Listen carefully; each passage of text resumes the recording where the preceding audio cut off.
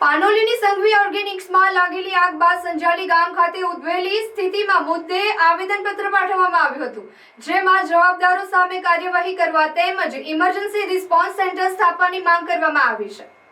સંજાલી ગ્રામ પંચાયત તેમજ આગેવાનો દ્વારા અંકલેશ્વર મામલતદાર અને જીઆઈડીસી કચેરીને આવેદનપત્ર પાઠવવામાં આવ્યું હતું. આવેદનપત્રમાં જણાવ્યું છે કે પાનોલી જીઆઈડીસીમાં આવેલા સંઘવી ઓર્ગેનિક કંપનીમાં છેલ્લા ત્રણ દિવસથી સતત આગ લાગી રહી છે, ત્યારે 2 દિવસ તો સંજાલી ગામના લોકો રસ્તા ઉપર રાત વિતાવી પડી હતી.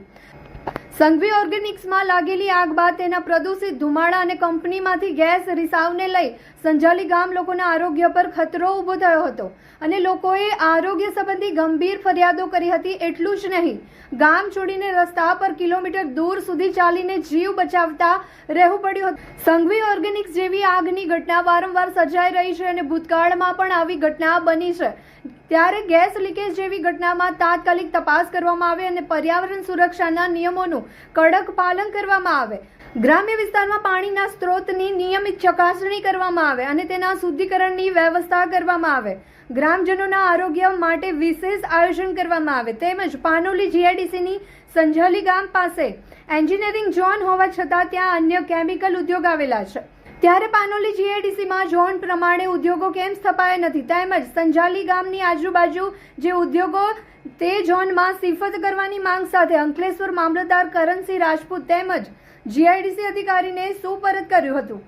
સંજાલી ગામના આગેવાન અને પંચાયત સભ્ય સફાકત ભયાત સહિત આગેવાનો અંગે ગ્રામજનો જોડાયા હતા. ગ્રામજનોના આરોગ્ય સાથે ભયંકર ચેડા થયેલ છે. આ કેમિકલ કંપનીઓમાં વારંવાર ગેસ ગળતર, આગ લાગવાના બનાવો બને છે, જેને લીધે 2 થી 3 વાર ગેસ લીકેજ અથવા કારણે સંજાલી ગામ આખું ખાલી કરવાનો વારો આવ્યો છે. આ કેમિકલ કંપનીઓ વરસાદની ઋતુમાં ખુલ્લામાં પોતાનું ઝેરી કેમિકલ પાણી છોડી દે છે. આ ઝેરી પાણી વરસાદના પાણી સાથે ગામના આદિવાસી વિસ્તારો અને બીજા વિસ્તારોમાં લોકોના ઘરોમાં ભરાઈ જાય છે, જેના લીધે લોકોના ચામડીના ગંભીર રોગો અને બીજા આરોગ્યના રોગો થાય છે. આ કેમિકલ કંપનીઓમાં ઝેરી ગેસથી અસર 24 કલાક હવામાં રહે છે, જેના લીધે ગામના લોકો ગંભીર રોગોના ભોગ બની રહ્યા છે.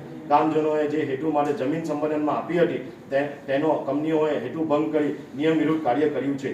તો ગ્રામજનોની અને અમારી એવી માંગણી છે કે આ બંને ઝોનમાં ઊભી કરેલી કેમિકલ કંપનીઓ એટલે સાહેબ જે નોન પોલ્યુશન ઝોનમાં જે કેમિકલ કંપનીઓ ઊભી કરી છે એની પરમિશન રદ કરી તાત્કાલિક ધોરણે બંધ કરવામાં આવે અને પછી આ બંને ઝોનમાં કેમિકલ કંપનીઓ ઊભી કરવાની પરમિશન નહીં આપવામાં આવે.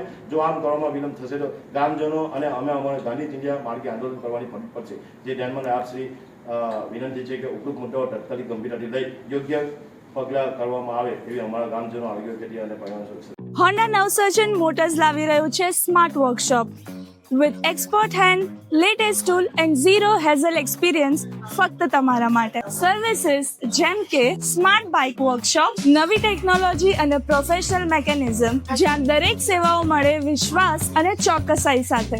એક્સટેન્ડેડ વોરંટી પ્લસ અચાનકથી આવતા મરમ્મતના ખર્ચાથી બચાવ અને તમે તમારો સફર નિશ્ચિંત કરી શકો. એન્યુઅલ મેન્ટેનન્સ કોન્ટ્રાક્ટ, આખું વર્ષ બાઇકને શ્રેષ્ઠ કાળજી એક સરળ પેકેજમાં. એક્સપ્રેસ સર્વિસ, કારણ કે તમારો સમય અમૂલ્ય છે.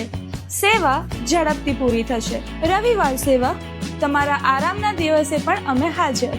Free pickup and drop service, હવે 5 કિલોમીટર સુધીની આરામદાયક સેવા તમારા દ્વારે. કમ્પ્યુટરાઇઝ્ડ બાઇક ચેકઅપ, MSC ટૂલ્સથી સચોટ તપાસ, કેમ કે નાની ખામી પણ છૂટી ના જાય. Genuine spare parts, engine oils, performance અને આયુષ્યમાં કોઈ સમાધાન નહીં. કસ્ટમર લાઉન્જ, સર્વિસ દરમિયાન તમે આરામથી બેસી શકો. એસી, આરામદાયક બેઠક અને રિફ્રેશમેન્ટ સાથે. હવે બાઇકની સર્વિસીસ કરાવી છે તો હોન્ડા નવસર્જન મોટર્સ પર જ આવજો, કેમ કે અહીંયા બાઇક પણ ખુશ અને બાઇક વાળાઓ પણ. વિઝિટ કરો આજે જ સ્ક્રીન પર આપેલ એડ્રેસીસ પર.